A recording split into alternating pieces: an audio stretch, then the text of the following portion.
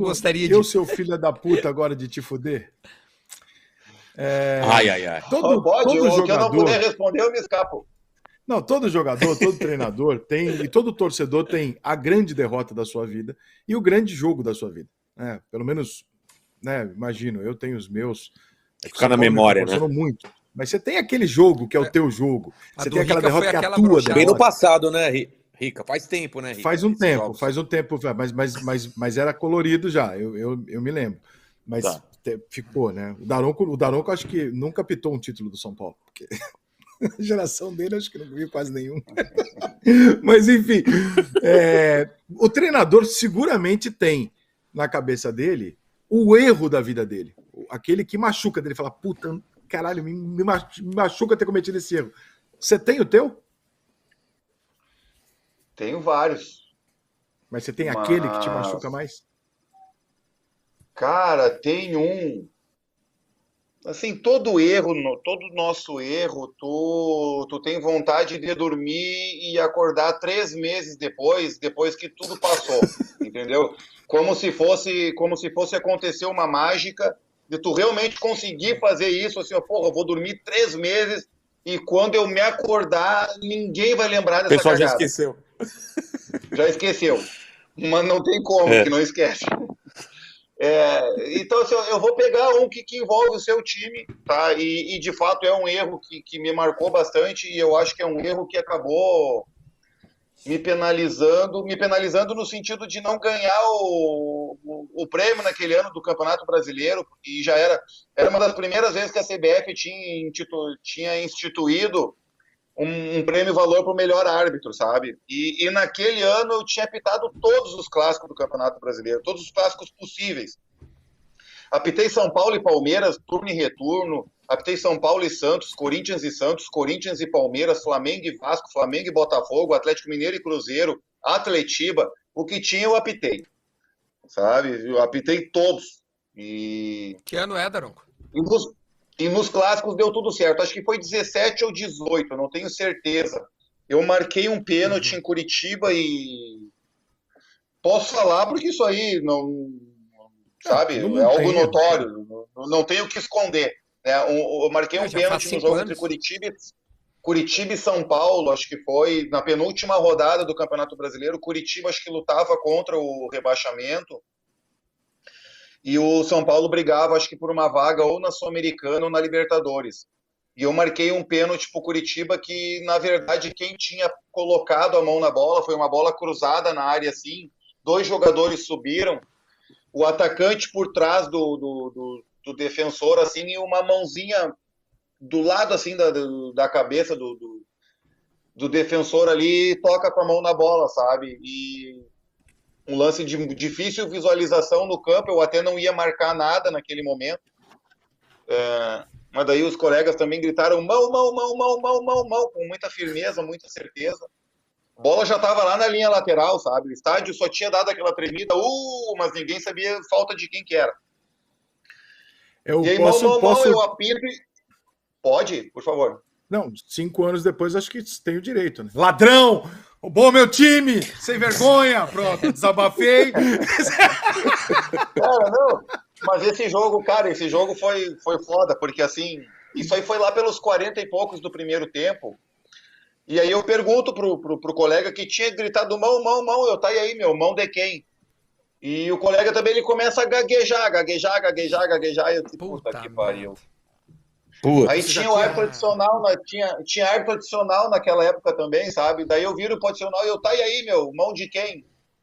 E ele também dá uma gaguejada e eu disse, e aí, mão de quem, caralho?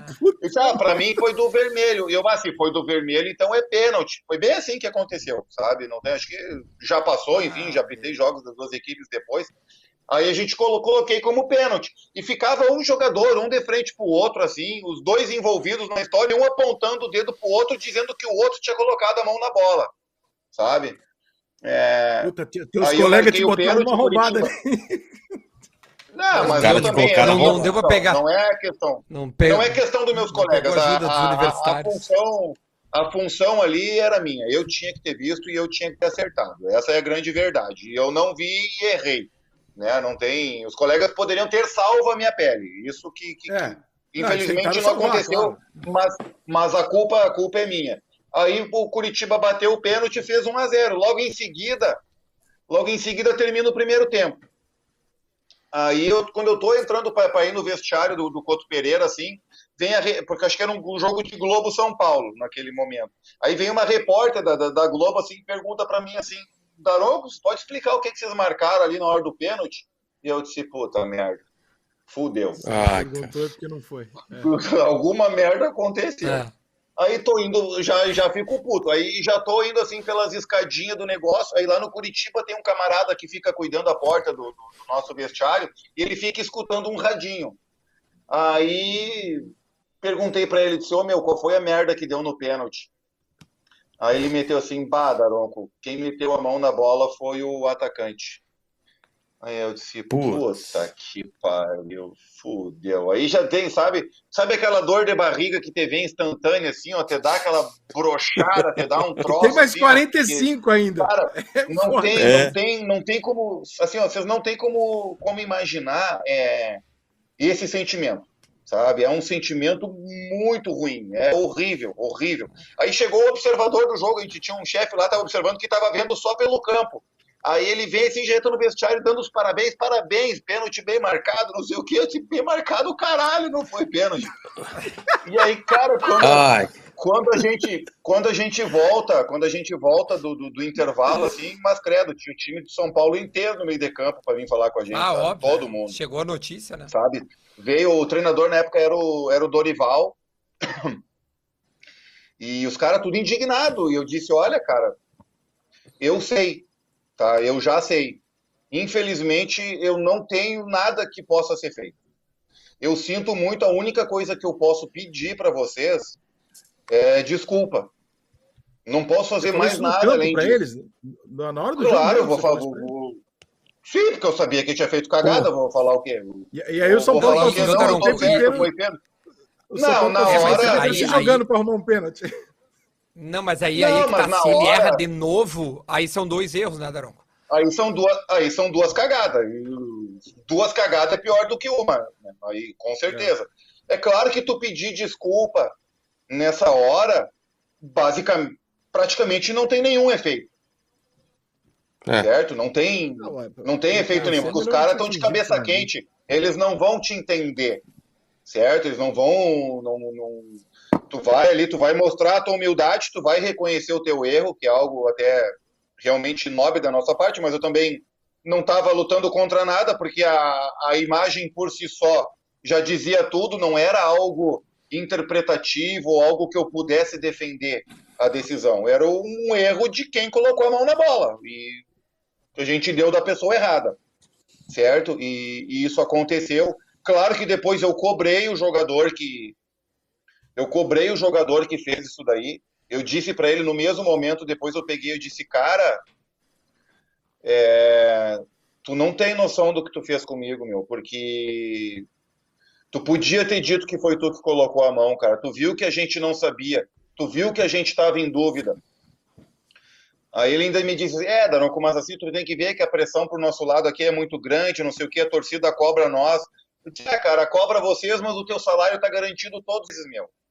E agora eu tô fudido, os caras vão ficar trabalhando o meu nome toda a porra desse domingo de noite aqui, vão ficar uma semana batendo no meu nome, e é a minha família que vai ficar onerada disso daí, porque se eu ficar sem apitar, eu não recebo. Sabe? O Rodrigo Caio tentou ser esse cara, né? E não conseguiu, porque bateram nele, né? O Rodrigo Caio tentou ser esse cara de falar, não foi. Exatamente. E aí, o próprio São Paulo, o próprio São Paulo ficou chateado com o Rodrigo Caio internamente, que eu sei. Mas, assim, nesse jogo, depois o São Paulo acho que acabou virando a partida. Felizmente, o nosso erro não interferiu no placar, não interferiu. Depois do jogo, de novo, eu pedi desculpas novamente, e depois quando eu fui apitar novamente o Dorival como treinador, acho que em outra equipe, depois cheguei para ele e disse, cara, realmente quero te pedir desculpa por aquela vez, se prejudiquei vocês de alguma forma, porque Sinto muito, sabe? Porque foi um erro que não poderia ter acontecido. E como ele foi, eu acho, na minha cabeça, aquele ano eu realmente imagino que eu fosse ganhar o prêmio, sabe? De melhor árbitro, e tinha um valor financeiro muito interessante. Só que como esse erro aconteceu na penúltima rodada, esse erro ele não teve como ser diluído, sabe, em toda a competição. Se fosse uma cagada lá na primeira, na segunda rodada, ia chegar lá na 38, ninguém ia lembrar. Mas como foi na 37ª, impactou bastante. Eu até trabalhei na última rodada como uma espécie de prêmio, assim, pelos meus serviços prestados, assim, por ter conduzido diversas partidas de forma muito positiva naquela competição, e enfim. Mas é um erro que me marcou bastante, assim, e é difícil a gente lidar com ele, sabe? Esse daí é um que eu quis acordar 3 meses depois e é impossível, sabe?